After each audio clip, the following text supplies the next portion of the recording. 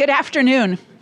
I'm Carol Christ. I'm the director of the Center for Studies in Higher Education. I'm delighted to welcome you here for our program this afternoon.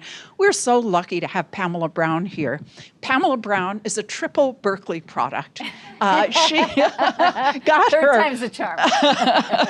her bachelor's degree here in mathematics, yes, right? Exactly. And then she got a master's of public policy, and she worked on the Berkeley campus for, I think, 16 years. Yes. Am I right about that? And Pamela then caught the eye, as some wonderful people do, of the Office of the President. And so she then went to the Office of the President to become the Vice President for Institutional Research and Planning. I've gotten to know Pamela a little bit since I've come back to campus, and I've been so impressed with how smart she is, how much she sees data at the service of important questions that we all want to answer. It's such a treat that she's agreed to come here and talk to us today on the Accountability Report, this great volume that the Office of the President publishes every year. I've now read it from cover to cover. It is full of interesting stuff. I'm verklempt now. And I'm really delighted that she's agreed to talk with us about it today. Oh, that's great. Well, thank you. Good. Reading it cover to cover, you had a lot of coffee, didn't you?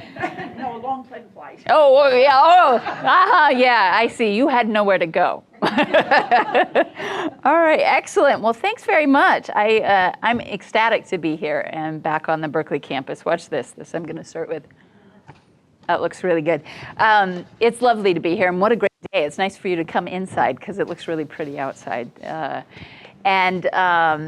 I, as Carol said, worked on the Berkeley campus 16 years. I see some of my former colleagues and current friends in the group, and I have a few folks from my office as well that have come down. So this is a great opportunity for us to get together. When I left and went to the Office of the President, I was given a lot of Darth Vader-like things, you see. So I just wanted to let you know that I come from the dark side, but we're going green. We're all organic there, so. This is great to be here. My goal for today is to be able to talk to you about a couple products that we have. You know, having worked in institutional research for so long and at Berkeley, going to the Office of the President, I was trying to figure out the space where I think we can really add value and not duplicate the work that's done on campus. And I think campus IR folks, many of you are in here, are really good about knowing the students that you work with, the academic programs that you've got, and really being able to dive in and support academic and institutional leadership on the campus. And so the space that I think we can really provide support at system-wide level is to manage some of the reporting, to get that off your hands, and then to provide advocacy and support transparency efforts. And so wherever we can deal with things that come from the state or the feds, or be able to talk about the system as a whole and the kind of contributions it provides to the state of California and beyond, I think that's really important. And leveraging our institutional data to be able to do that, I think, is absolutely critical. And so today I get to show you a couple of the products that my team puts together. We're going to go over the accountability report. That should take about 4.5 hours. And then we'll talk, and then we'll show you the information center, which is a different way to do it. I think with all of these, you think about the audience that you're working with, and certain products work in different ways. And so these are two that we've definitely got out there. So I will start off and talk about the accountability report. And while Charlie's up in front, he barely got to sit down. I'm going to have him pass some of these out. This is a full copy of the report and some of the executive summaries that are there. And then you can kind of flip through and see some of this. And what I'll do is I'll talk to you and give you some of the highlights from the report this year. This is a report that we've put together. It's one of the cornerstone projects that we've got for our transparency efforts. It's our 8th edition of putting it out. It's something that we present to the regents on an annual basis, and it's something that we leverage a lot when we have conversations with the with the legislature and other groups. It's kind of, I called it an almanac. Before I took the job at the Office of the President, I was on a plane ride too, and I read through the entire report as well. So clearly this is what United Airlines should now include in all their flights. But it was a great opportunity. I knew quite a bit about the Berkeley campus, but this really goes over the operations of the University of California as a whole. And each of the campuses are so different, and then there are the labs and the medical centers. And this provides us a way to really kind of demonstrate that and use the data, which I thank the campuses for providing, because that's where we get it. So it's really good. So what's gone around is a copy of the full report, and then it's intimidating when you look at it. It's a lengthy document. And so when I started a couple years ago, one of the things that I wanted to do was to put together an executive summary, a standalone document, which really kind of tells the story at a high level, pulls some of the key measures that we've got out of the report, but something that I thought would be easier for people to consume, and a way that I might be able to get some of the legislators to take a look at it.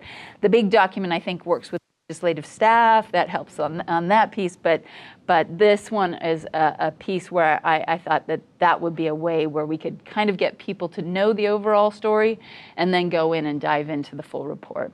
All this information is available on the web, so we'll go through and show you how you can get it, and then we'll talk about the info center. So that's my plot for the day. All right. So the highlights that I'm going to give you today are going to focus on some of the things that I shared with the regents, and some of those are legislators at the July meeting. And one of our thoughts this year was to really pull out some of the indicators that we have that highlight the contributions that the University of California provides the state of California. We often do it in a lot of different ways. This way, we wanted to pull it together and think about our mission of teaching, research, and public service, and then show you with some of the measures that we have where we really stand out. And there's a lot of information in here, so it's always we're missing pieces when we do this. But this was our hope, was by talking about some of the measures on teaching, we could really illustrate to primarily the legislators in the room, but the role that we play in promoting social mobility and producing graduates that meet the state's workforce needs. And then when we talked about research, we wanted to highlight how this strengthens our economy by bringing in dollars to the state of California that otherwise wouldn't be here, and by conducting research that is on critical issues that really affect some of the things that the state is grappling with. And then our public research programs, which are numerous. They spread all across the state of California, far beyond our 10 campus locations, which I thought was really critical for us to be able to illustrate, because I think when they think about us in comparison to the Cal State University system, which has a number of other campuses, this is one of the ways that we really want to be able to demonstrate the spread that we've got across the state, and that it's got significant impact far beyond those campus locations. So the first thing that we focused on when we talked about our teaching mission, and particularly the focus that we have with undergraduate students, was to think about the contributions that we make, particularly some of the students that we end up serving. And what this shows is this is the proportion of students that are first-generation students. They're among the first in their family to be able to go to college. And when we look at that for the University of California, we're over 40%, and we can compare that to other very selective public institutions or private institutions, which are about 36 and 25% for public and private. And it shows that we make a pretty significant contribution in bringing people into the higher education environment. In addition to that, we have a significant portion of our students that are Pell Grant recipients. That's generally coming from families with incomes less than $50,000. When we look at other American Association of Universities, which are our peer institutions when we think about them, for the University of California. When we look at it for public institutions and private institutions, we dwarf them when it comes to the proportion that are there. 42% of our students are Pell Grant recipients compared to 22% for public institutions and 16% for privates in the American Association of Universities. So significant access for those students. In this case, and with this audience, we also pulled in some measures where we looked at the Cal State University system. We don't usually do that within the report, but we have other reporting that we're required to do, including some performance measure reports. And so we were able to get some data for the Cal State system. So they're at 46%, a little bit higher. But it shows the role that both of these public systems provide in granting access to low-income students.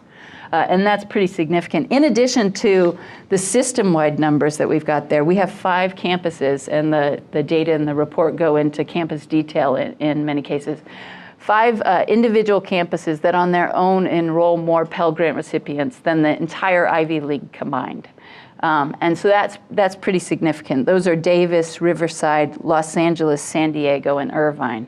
So when we look at our ability to kind of move the dial and promote social mobility, we do it on a scale that is significant when we think about access to those kinds of institutions. So it's definitely one of our points of pride. This one, which has got a lot on it, is focusing on graduation rates for freshman entrants. And our goal in this piece is to show not only are we providing these students access, but we're quite successful in getting them to graduate, and we're continuing to make improvements here. So what this shows is it shows 4-year and 6-year graduation rates over time. This is the entering cohort, so from the fall 1997 cohort to 2007. It's for the University of California, and again, our AAU peers, public and private. And then we included data in on the Cal State University system so that you can see some of the differences that are here. Now, we did this overall. This year, we added in information on Pell Grant recipients so we could see the graduation rates there as well. We have more data for our institutions, and some universities you're required to provide this information. It was easier for us to get it on the Cal State University system for a few years. But it lays out a lot of different messages that are here, right? Some which I don't need to say. But one of the things is when we look at the UC system, we've seen improvements over time, particularly at the 4-year rate, right? Over this time period, it's gone up 15 points from about 45% up to 60%. And there, we've had a little bit of tapering off. There is a concerted effort, many of you probably have heard, to focus on a variety of different strategies across the UC system to continue to look for ways that we can help make improvements in this area. So there's work to be done, and there's work going on. And so we're looking to see what those trends look like over time. In comparison to other institutions at the 4-year rate, we're a little bit higher than our AAU publics at 55%. The AAU privates are up at 82%, and we saw some of the differences with the student bodies when we talked about the Ivy Leagues and other private institutions. And then when we look at the Cal State University system, 16% of their students graduate in 4 years. When we go to the 6-year rate, we've had some slight improvements over time. We're up at 83%. And then you can see some of the comparisons that are there with the other groups. The Cal State University system gets up to about 52% at that point in time. But one of the things in putting the data out there on the Pell Grant recipients, which is really important, we think, is that while there's a gap in graduation rates at the 4 years, when we get up to 6 years, it almost goes away. And so these students may take a little bit longer, but they are graduating at rates that are quite high and higher than other institutions within the state of California. And that's really important because when we talk about promoting social mobility, it's not just providing people access, but it's having them succeed here and then graduate. And what we found with the data that we've got is when we look at these Pell Grant recipients that do graduate, within 5 years of graduation, they end up earning more than their families did. So it's a measure for sure that we can point to that demonstrates that we're having an impact on it. And when we again think about the scale, the number of students that we're serving, that's significant when we think about improving the economy and the outcomes for our students. So that's really key for us. The other piece that we wanted to highlight with the regents and again the legislators was the contributions that we provide when we look at the degrees that are awarded. And what this chart shows us is it's a comparison of degrees in the state that are STEM related in various fields, and the proportion that the University of California provides compared to the Cal State University system and then other private institutions in the state. And this one, when we put it together in the performance indicators report, and now we've woven it into the accountability report, was something that was a little bit surprising for us, because when we think about the number of campuses that we've got in comparison to the Cal State University system, we're actually providing about the same number, slightly more STEM degrees in the state than the Cal State system is.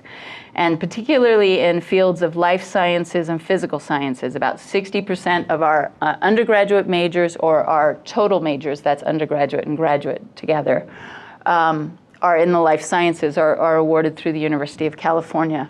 Around 55% for physical sciences and around 40% for engineering and computer sciences. So as we think about California's economy and as it becomes more dependent on technology-related industries, the role that the University of California provides in creating graduates that end up serving in those fields is pretty significant. So those are some of the key highlights. I'm ending with an image that we've got here, and this talks a little bit about how we're trying to use the data with some of the outreach efforts that we've got. This image is part of our UC outreach efforts called The Power of Public. It's an effort for us to go out and illustrate the contributions that we provide to the state, both from our teaching, research, and public service missions, and how we benefit the state in tangible ways, and also maintain our identity as a public institution. And so there are going to be a series of images that will show you where we're playing with words about the public role that we've got. And in this case, we talk about public works, and we're leveraging that concept to show that, or to frame the fact point that we've got, that 70% of our graduates within a couple of years graduate and then work within the state of California. And that's in fields that span, and there's some graphics in there. We'll show you some in the info center. We span industries of education, manufacturing, business, other fields that are there. So pretty significant to providing support in the state, and our folks generally stay here. Shifting over to the research side, we're now focusing on public transit as our concept that we are looking at. And with that, what we wanted to be able to highlight here is the role that the UC provides for the California economy in attracting both dollars and talent into the state of California. And that not only do we do that, but we create discoveries that really make a difference. I don't know if anybody remembers this image that's here, but this is research that was conducted on the Berkeley campus. It's an exoskeleton, and it allows people who have suffered from paralysis to be able to walk again. And one of those individuals that was able to use it was a student on the campus, Austin Whitney, and he was able to walk across the stage at his graduation using this device that was created. And so when we got to share that with the regents, you know, it's a story that demonstrates some of the specific things that we do in a way where when we talk about number of inventions or the dollars that are awarded, you know, that combination I think really helps talk about the kind of impact that we have. So this is key, and when we think about public transit, one of the things that we think about is the constant moving that we've got and the contributions that we make every day. There are 5 new inventions that come from the University of California and the work that we end up doing. We're bringing in a lot of resources to the state. So $4.3 billion are spent within the state on research activities. Majority of that is coming from outside the state of California. We have over 12,500 active patents. And since, watch this, 1976, more than 840 startups were created with UC patents, and about 85% of those are in the state of California. So real significant contributions when we think about our research enterprise and the role that it ends up playing. In addition, and there was some stories that went on today about work that was done down in Southern California where UC was bringing together researchers across the state to talk about carbon neutrality and the role that that plays, and the governor was involved in those pieces. It's an effort that the president's definitely focused on trying to demonstrate the role that the UC can play in tackling some of the critical issues that California is facing through the research that we're conducting. In this case, what we were showing is the dollars that we're bringing in and spending that are focused on carbon neutrality goals, which is something that we've got within the system that we are working on. And this research is in areas of renewable energy, looking at alternatives to natural gas, energy efficiency. It spans the gamut. It also spans the disciplines that we have. I mean, often many of these things focus on STEM-related fields, but some of the research that's being conducted here is in arts and humanities and social sciences, and it's an effort to focus on ways that when we get discoveries that we've got that are going to help us focus on how to be carbon neutral, how we communicate that with different communities, and ways that we can do that make it successful. And so that's some of the research that we've got that are going on, and an example of the way that we're trying to use data to talk about how we can help affect some of the work that's going on. The other piece here, and when we look at research activities, it relates to our health enterprises. And in the last year, we had over 2,800 clinical trial projects that were underway. When we look at this concept here of public defender, what we're focusing on are some of the research discoveries that we've had in the health-related field, like with the creation of this hepatitis B vaccine, which has saved millions of lives and helped millions more. It's another way where we can leverage some specific examples to talk about the role that we play. And our health operations are significant for the state of California. We operate the largest health science instructional program in the nation. And we educate half of the medical students and residents in the state of California through UC. We operate 5 medical centers. They're at Davis, Irvine, UCLA, San Diego, and San Francisco. And together they comprise the 4th largest healthcare delivery system in the state. And when we think about the workload that these UC medical centers provide, in the last year we had more than 159,000 inpatient admissions, 334,000 emergency room visits, and then 4.2 million outpatient visits. And it's not just the scale that's important, but the patients that we care for, almost 60% of them are covered by Medi-Cal, Medicare, or they're uninsured. So again, it's research that we're doing, and it's providing a significant public service that we've got, and an important contribution to the state. We have 5 major trauma centers.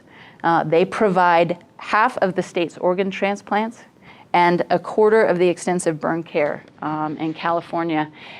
And so that resource is really critical because when health issues come up in the state of California has a resource that they can go to. And when we had the Ebola scare, the University of California was designated as the state's Ebola health care centers in the state of California. So all of this, again, is for us to be able to try to talk about ways that by meeting our teaching, research, and public service mission, we're providing significant contributions to the state. A puppy picture. Come on. So this is public service. This was one of the ways that we were talking about the thousands of programs that we've got, some on the Berkeley campus. This one here is an image of a program that goes on at UC Davis. It's a student-run mobile clinic, and this is set up to care for animals of homeless individuals. And so, again, we have many of those. In fact, our optometry clinic does similar things where they'll go out into the community and provide services. The way that we've been doing this, which is a challenge and maybe a little harder to see, but you can see it in the material that's going around, is we're using maps as a way to demonstrate the spread of activities that we have. And we know that these are conservative numbers, but when we look at what this is a section of the state for California.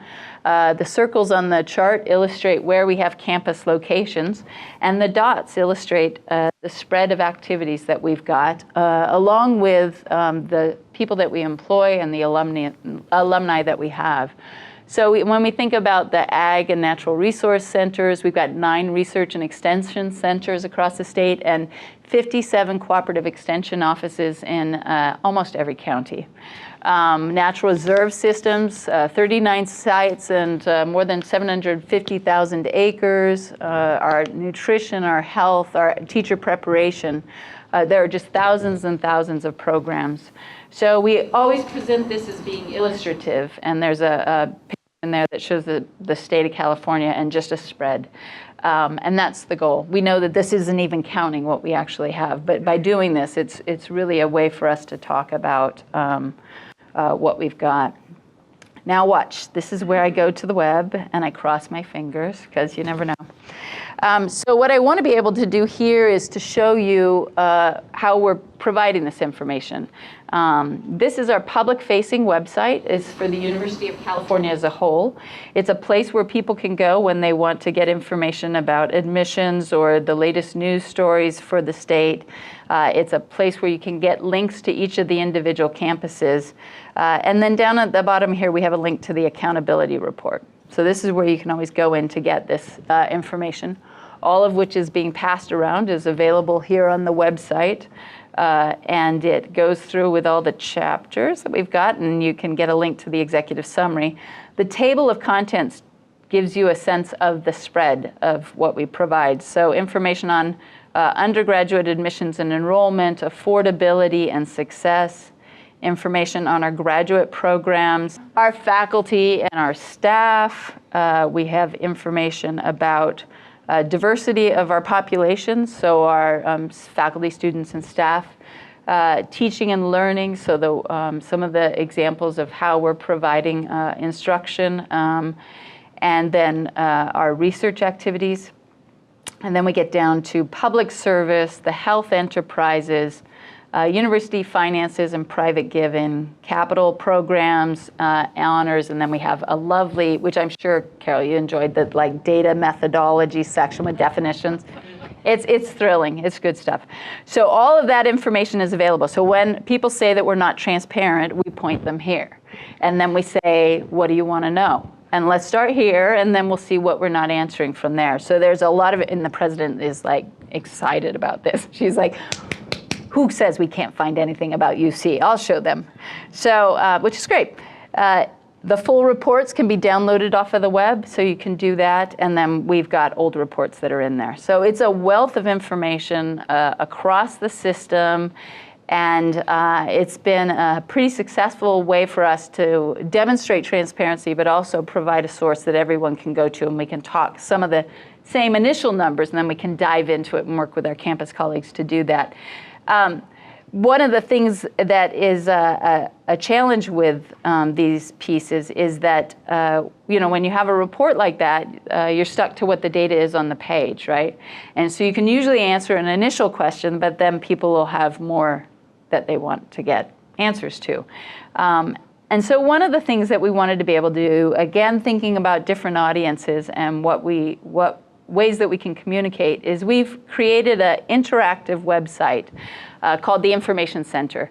And this is another way that we're providing some of the same information for us to create a space where people can learn and explore more. So we provide top-level data, and then you can go in and filter it by campus or by different kinds of students. The way that we've constructed the data is that we have these tables over here on the right-hand side, which basically are, as they sound, tables. We have dashboards that are more visual in nature, so data visualizations. And then we have these what we call storyboards under this Understanding UC section, which is basically a collection of dashboards where we have a key takeaway for what we think are critical issues regarding issues of affordability or social mobility or contributions to the state. And all of this, again, is a way to be able to get information out about the contributions that we make. We've set this up in a way where you can filter out some of the things that you want to be able to see and then just see the content related to particular subject areas. So for example, here we've got pieces that focus on the undergraduate experience, and you can see we have data on admissions and enrollment and degrees awarded, splashing in pools, social mobility, diversity of our undergraduate population, STEM degree pipelines. I've got a friend in the back who is interested in that. Some of our UQs data, our undergraduate student experience survey data, all at the system level. And some of our outreach efforts that we have. So there are ways that we're trying to make this better. It's in process. This came out in March, so we're very open for feedback on content. We also provide links to some other sources that might be useful. Our quick facts piece that has the primary statistics that we use about the system. Links to fact sheets, which are another way where we provide information where we need to have a leave behind. So it ranges a series of different topics, including honors and awards. So you can see Berkeley, the #1 public institution, and how our institutions rank across national and international rankings. And then we also have links to some legislative maps. And if I have a moment, I will show you that. But what I'll do is I'll quickly show you a couple of the pieces. This has been quite successful for us. We've had over 45,000 visits to the site since we've had it up, so it's an active place. We work with our communications team so that when they send out press releases on different topics, we're like, we'll explore more about this topic or that. So it's a way that we're trying to engage people in looking at information about the system. This is by far our most popular thing. It's a table. And it has information on applications, admits, and enrolls by California High School, and then we also have it by California Community College. By far the most visited site by parents, counselors, prospective students, and alumni. I checked mine just to see how it's looking.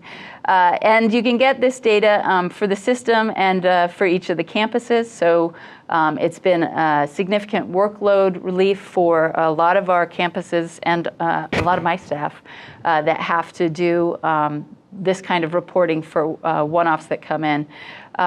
And there's a data that goes from 2014 back to 1994. So you can look at how things have changed over time. We've started to expand information so you can take a look at the average GPA of these students and other things about race and ethnicity. As we continue to get more requests for these kinds of data that are useful, we think about this is one tool for us to be able to share that. So that is by far what's visited the most. The next that we've got here, and this is dashboards that we've created that focus on a wide range of topics that we have. We created one on state spending and corrections and education. That was a popular one. You see inventions at a glance, but this one here on community college enrollments. So what this provides is California community college enrollments, and we present the data 3 different ways. So over here with this stacked bar chart, it presents enrollments by community college. So you can see some of the top feeder schools. So Santa Monica College, Diablo Valley, De Anza. For those of you in admissions, these are familiar names.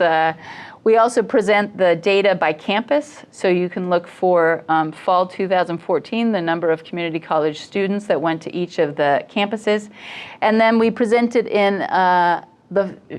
along a map where the size of the circle represents the enrollment. The color of the circle represents the primary campus that those students go to. And this is a place, again, the data goes from 2014 back to 1994, so a lot of trend data that's in there that you can go in and look at. But it's all interactive. And so it's a spot where we could go in and we could focus on UC Berkeley and then see what the top feeder institutions are for that and how that changes, or other institutions like Merced, and where they primarily pull. And so in many cases what we find is like community colleges that are closely located are ones where they go, but it's not always the case. And this tool was used by our academic senate when they were having some of these discussions they're having on transfer pathways as a way to demonstrate why having consistency is important, because we're pulling from students across the state, even though we know that we primarily get them from a few of the main ones.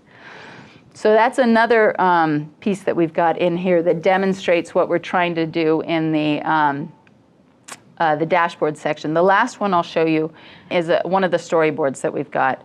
And this one is focusing on undergraduate outcomes. This, again, is a way where we've got a collection of dashboards that we have. And we have a primary takeaway at the top that helps frame the data that's in there, and then people can go in and look and explore. So what this shows here is that the number of bachelor's degrees at the University of California has grown over time. We present this information as a total. We present it by discipline, so you can see where we primarily provide awards.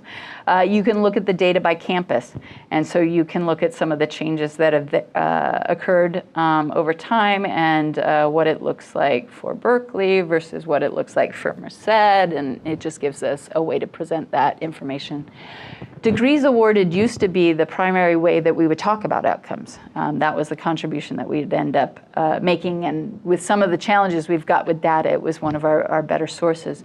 But recently, we've been able to get data from the California Employment Development Department, and that allows us to tie our graduates into the state workforce roles. It's not perfect, but it does begin to give us a way to talk about the contributions that we make for students that graduate and go on to work in California.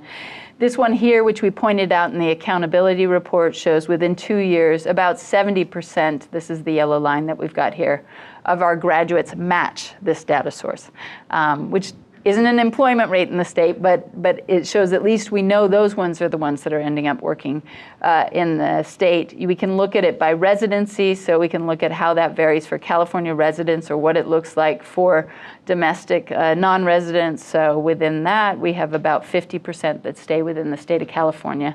But again, it gives us a way to go in and take a look at that. I like to think of it as a match rate for the data set. This then focuses on employment industries within the state of California. And we've presented it 2 ways. One is a lovely, we're going to make T-shirts of these. It's very colorful. And then the other one is an easier way to see what the trends are over time. But these are the different industries that we've got. And it shows over time a decrease in the number of students that end up working in retail and wholesale, growth for our graduates in healthcare, K through 12. In fact, we have quite a significant proportion in there, and other industries. So again, another way where we talk about contributions. We can change this by discipline, and then you can see what some of the differences are within there. And then we go into earnings, which is the primary reason we were given this data, which was to tell people how much they can make. The piece that we wanted to be able to show, and a lot of these things like pay scale or other things that go out, they'll take a point in time and they'll talk about how much you end up making in different fields. And so what we wanted to do was to be able to start to talk about trajectory. And overall what we find is that our graduates go on and they double their earnings between 2 and 10 years. So that's our primary takeaway that we have at the top. And what you're able to do here is to take a look at differences by individual major and see what that looks like for different fields. And you can see the differences in trajectory that exist within there. And then the last thing that we have here is a link to other resources. I mean, by far, one of the areas where we're providing a lot of information is about the value of a college degree. So if none of those there worked on helping and demonstrate the role that we're playing in graduating these students and getting them to work in the state and contributing to industries, we also have these other research studies that have been done that really talk about some of the economic contributions that we're making, that our graduates make, and that some of the reasons we believe that investing in higher education at the University of California is really, really important and critical. So maybe what I'll do is I'll stop there and open it up and see if there are any questions or comments. I've got my team here that are taking notes if we've got feedback. Yes. Hello. Hello. So on their face, these reports provide substantive data. Yes. Uh-huh. Yeah, it's being recorded. So let's, yeah, please. You have to turn it on. Are we on? Yes. Yeah, that sounds good. On their face, these reports substantiate and quantify the value that we have to the state and the economic value, the impact that we have. But in the 8 years we've been producing these reports, our state investment has actually gone down. So what are the strategies that Office of the President to use this data in a way that the legislators don't say we're able to do all this in spite of their disinvestment, but rather that they need to make even greater investment? Right. So, you know, I think we're taking multiple approaches. One of the strategies that we've got is to focus on common ground, places where we have issues that we both want to work on.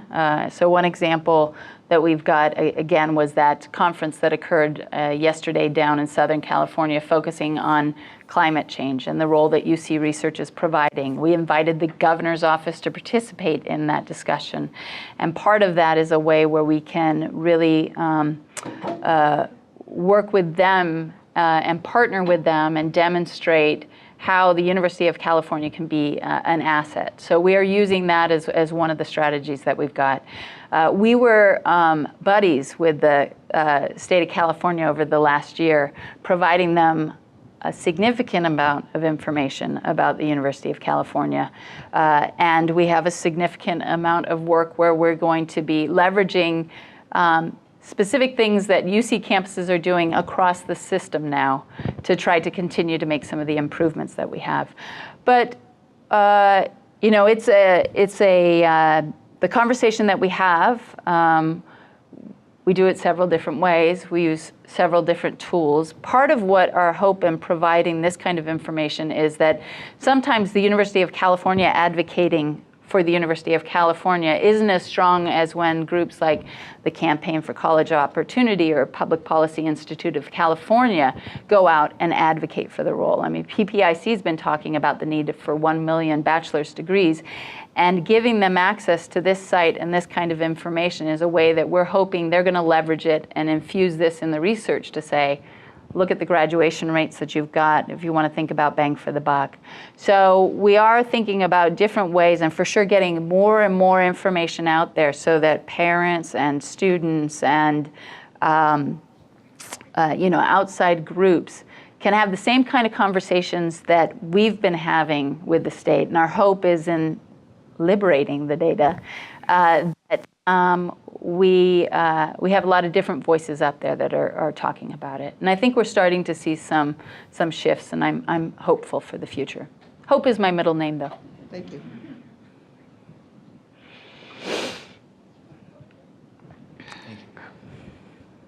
Is it on? Okay. It is. Hey, David. Hi. How or if do you present data where or statistics where the University of California doesn't look so great? Mm-hmm. Now, what would that be? Yeah. I've never thought of anything, but Exactly. Well, so again, we think about who the audiences are. I mean, one of the things that we did within our office was we provided research about graduation rates. A lot of times at the system level, we'll present it at a system level. This is one place where we're starting to provide more data at the campus level. But when we looked at grad rates and some of the factors that are there, we have differences between campuses. We have different gaps between different groups. And we use that as a way to have an internal discussion. And we had a conference back in January where we brought people together, talked about best practices, ways that campuses were working on it. So that's a place where some of the data that we show you at the top that we present shows improvements, but there are definitely gaps. And when we look at it by campuses, there are different numbers that you see within there. So while I see some improvements, I like to think of them as rooms for improvement. But that's a place where we're likely going to produce the data, share it internally, have a conversation among the campuses. I think we learn best from one another about how to use it. But there'll be some other places where we'll show it as a challenge that we're presenting to the state. So it's a, you know, the purpose varies, I guess. But we are trying to use it for both. But for sure, some of these will be more positive than others.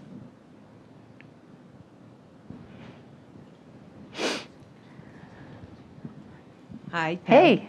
I'm really glad that there is this increased focus on the policy implications of this data, which I think is extremely useful.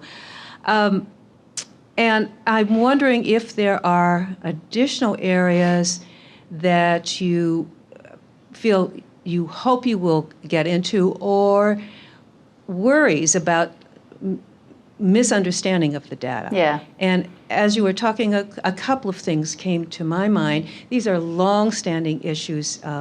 One is understanding the role of graduate education and graduate students. So, for instance, you talked about the workforce for graduates. Right.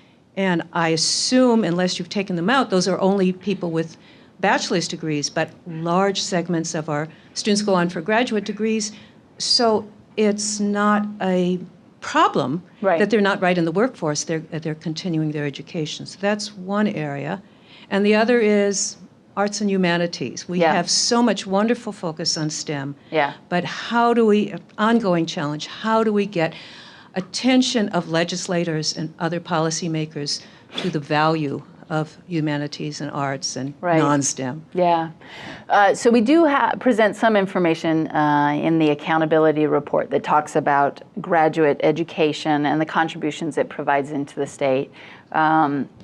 It's true that population sometimes it is a little bit more mobile. So there'll be some differences there. So, but we do work on that. And it's also true, a lot of the focus is often on undergraduates in STEM. So those are for sure there. We are continually working on trying to think about ways to improve the way that we present this information. And arts and humanities is one of those. So with that, when we had the discussions with the state of California, we were presenting some of the roles, and in that case in particular, when we talked about research and the contributions for carbon neutrality, we wanted to pull out examples that might not have stood out that were in humanities fields and in social sciences as a way to talk about it. But our data's not super great. We've been adding in more information on publications in some places, and that gives us some spots where we're able to do it. But we're also extremely open on other suggestions and ideas on where we can strengthen the kind of data and the way that we do it. I'll say we're trying a variety of different things, stories with the images, the data that we end up having, responses from graduates, different ways to try to be as comprehensive, but there are areas where we can make improvements.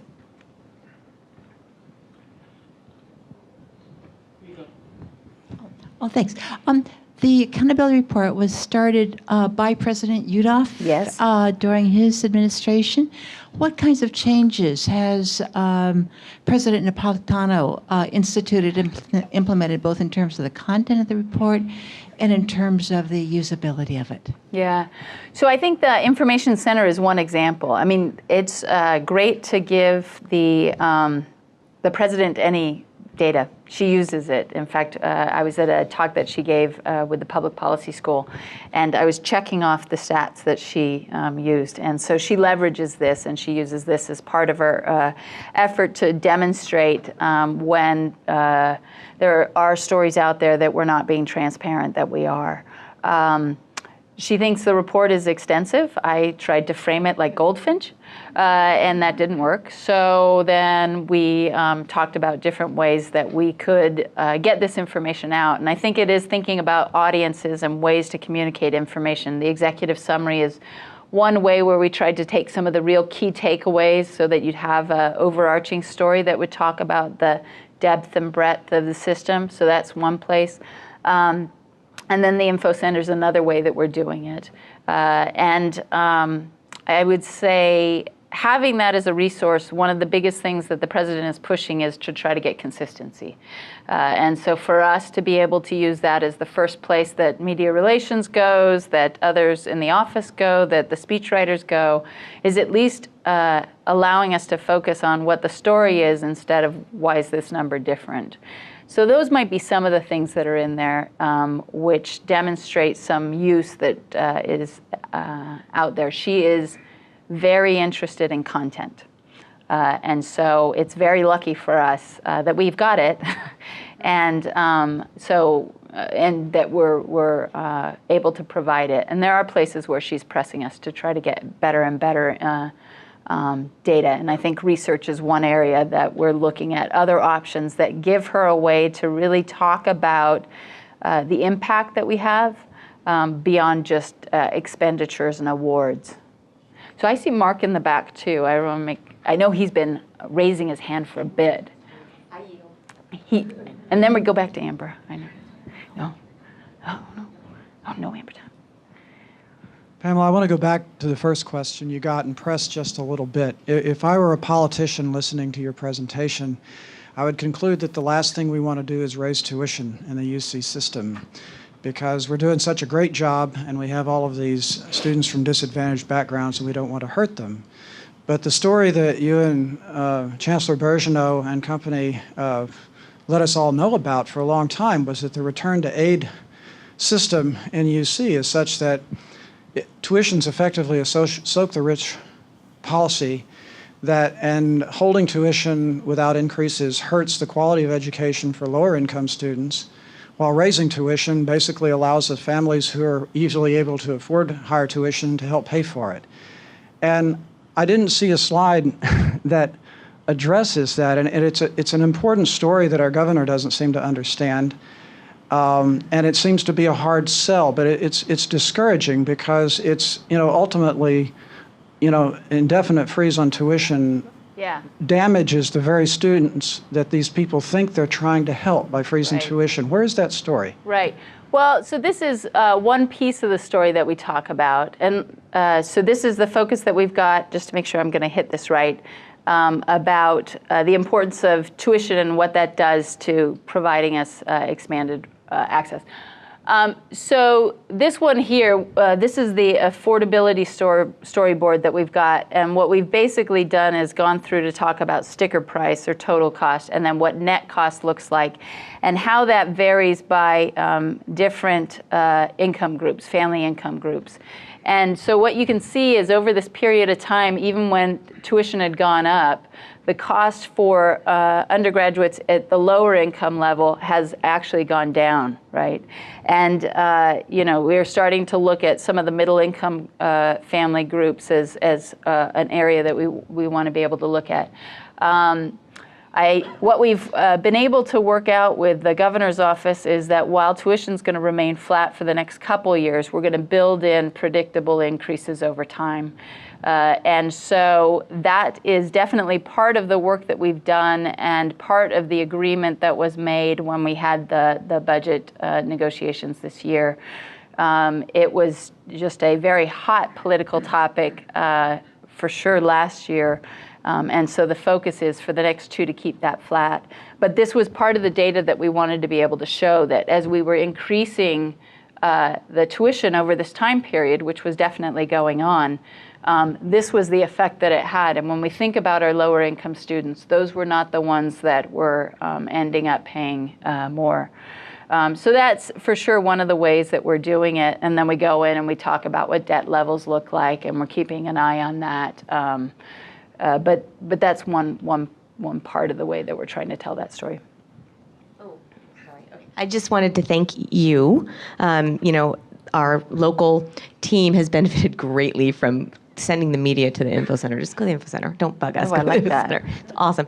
I really appreciate the tension that you guys, and I'd like to see how you guys are managing it between the tension of being transparent with data, but not losing control of your narrative. Right. And I really appreciate. I've seen it develop. I've seen how you're doing that, and so I think it's really, it's a hard thing to do once you become transparent. You don't want to lose control your narrative. So I really appreciate what you guys have built and how it's evolved. That's great. Thank you.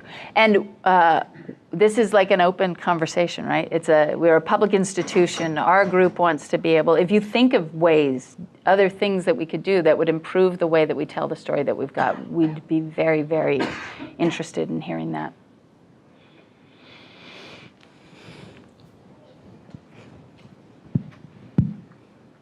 Hello.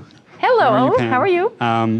So I want to follow up something that Mark was talking about, which is, do you have a section on sort of the unmet gaps that could, or the impact of state divestment in terms of, we've had growth in a lot of areas, but we're still falling short of where we want to be in terms of many areas, and how, is there a section on what we could do more with further investment in terms of, it's great that we're doing better than so many institutions in terms of low-income students, but we're still not meeting all the need, and there's unmet needs around, we're meeting fees, but we're not meeting things like housing, we're not meeting things like food security, healthcare, things like that.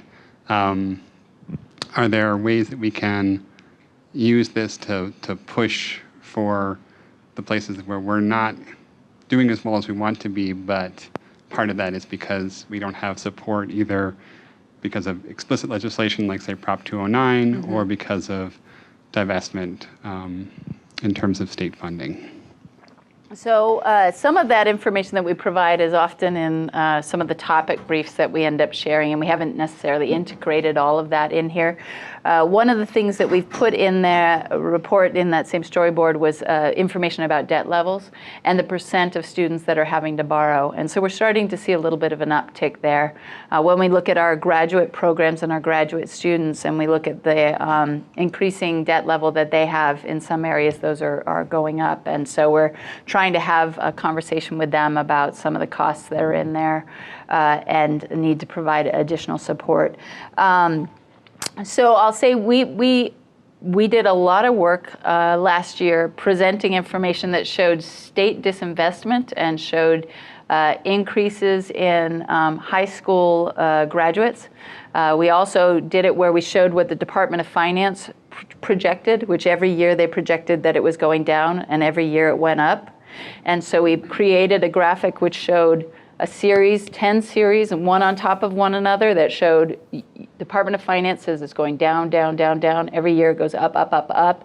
They're telling you now it's going down. We're telling you it's going up. And we showed them information that was graduation rates for our high school graduates, and they weren't accounting for the growth and graduation rates for Latino students, which is the largest group that we've got. And so we've been using a lot of that to say these estimates that you have, which help suppress what we could consider as an investment, are not right.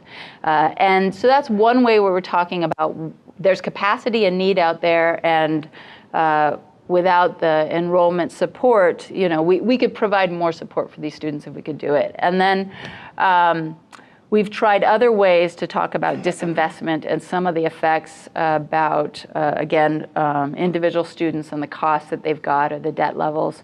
There is a big focus. I mean, the campuses have been doing a lot to provide patching, to continue to provide as much support and services for students. So even through some of those really tough times, some of the measures don't come out as strong.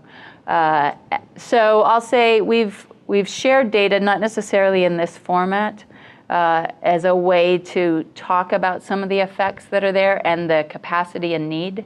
And so we just think about which ones we end up putting in different places.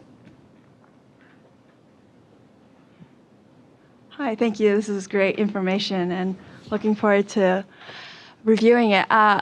Quick question is, eventually will this data help answer questions about how this money, or whether it's through tuition or federal aid, getting spent, and how it performs in the sense of taking that, increase in tuition, for example, where is that increase going? Yeah. Are those programs or departments actually increasing quality or results versus the ones that don't? Yeah.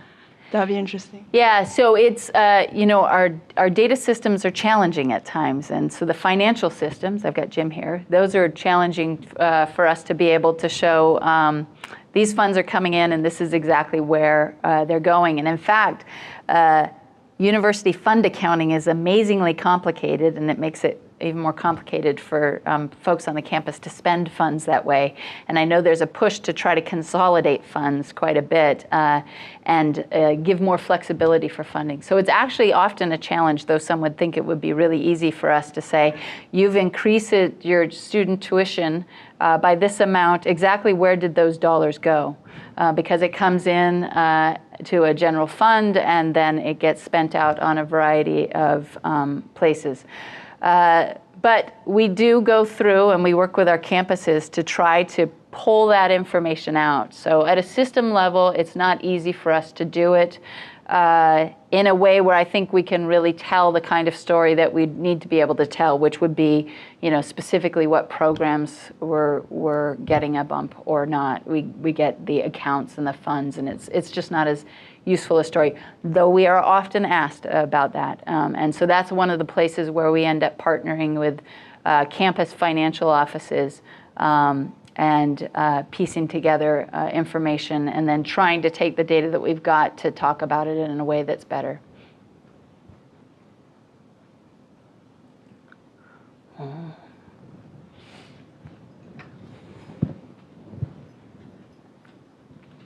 So I know your brief is UC, clearly.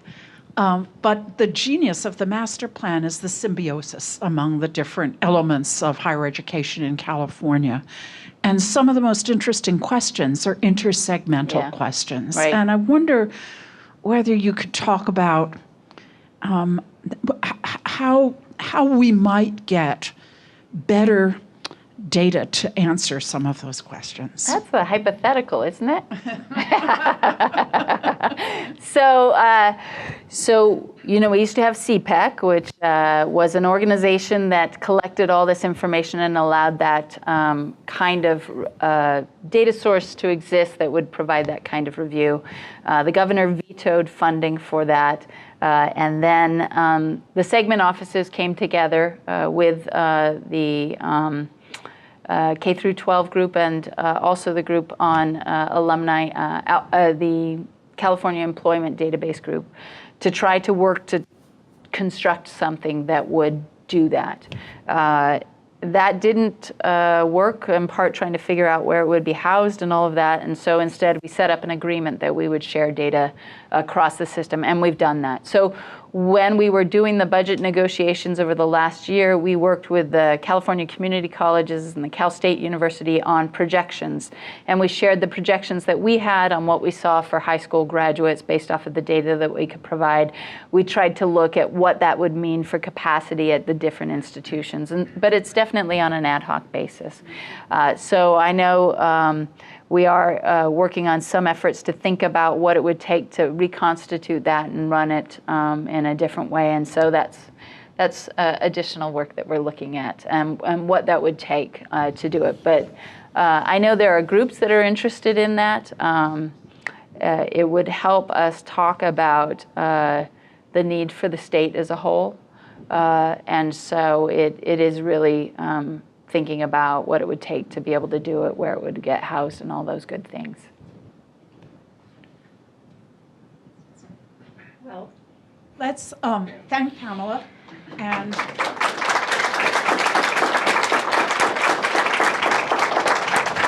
I'd like to invite you all to a reception, which is right outside, and you can continue our conversation with Pamela in the reception, during the reception. Thank you.